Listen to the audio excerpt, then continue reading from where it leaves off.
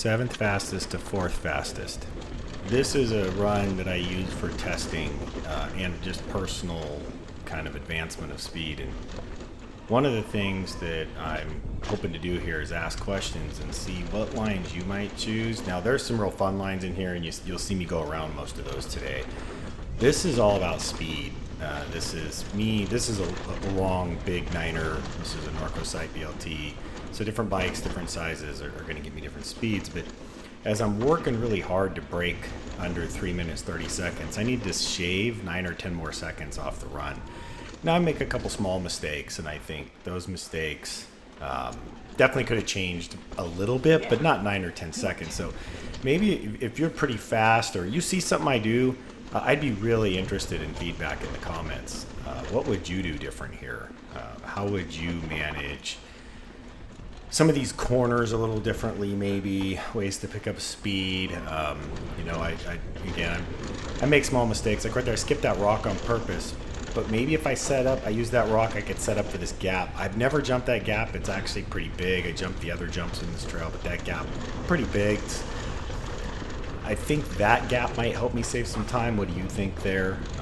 You know, here I'm just off the brakes and rolling. You know, got a little brake control. I skipped that to set up outside for speed. The e-bike's heavy, so right here where normally I can double a regular bike, I don't quite have enough speed. I'm not sure what it would take.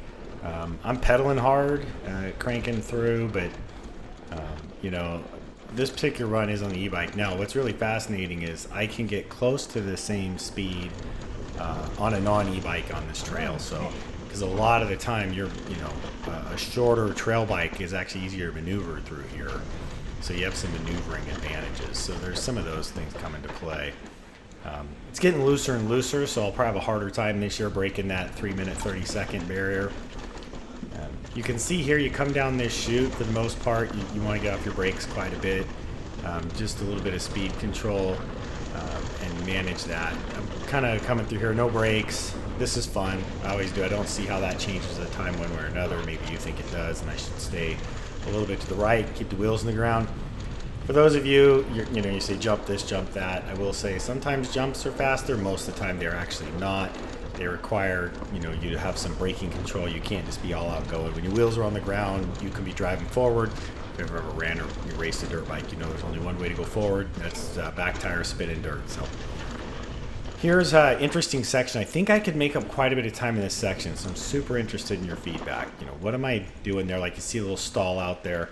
I take that high so I can cut down here, and it helps, and you can see me pick my speed back up a little bit. But what would you do there? Because this is where I think I could make up some time. This jump coming up, I need to work on it. It's new. I think it's loose, so it's hard to land. I might skip it for a while. If I'm trying to go fast, if I'm trying to have fun, I'm going to hit it. I do need to take it further up the inside than I do, that's for sure. Get up higher and clear that gap further. But maybe you have something coming.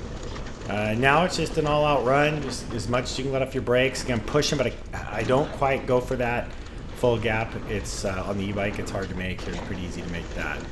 So what do you think? What would you do different?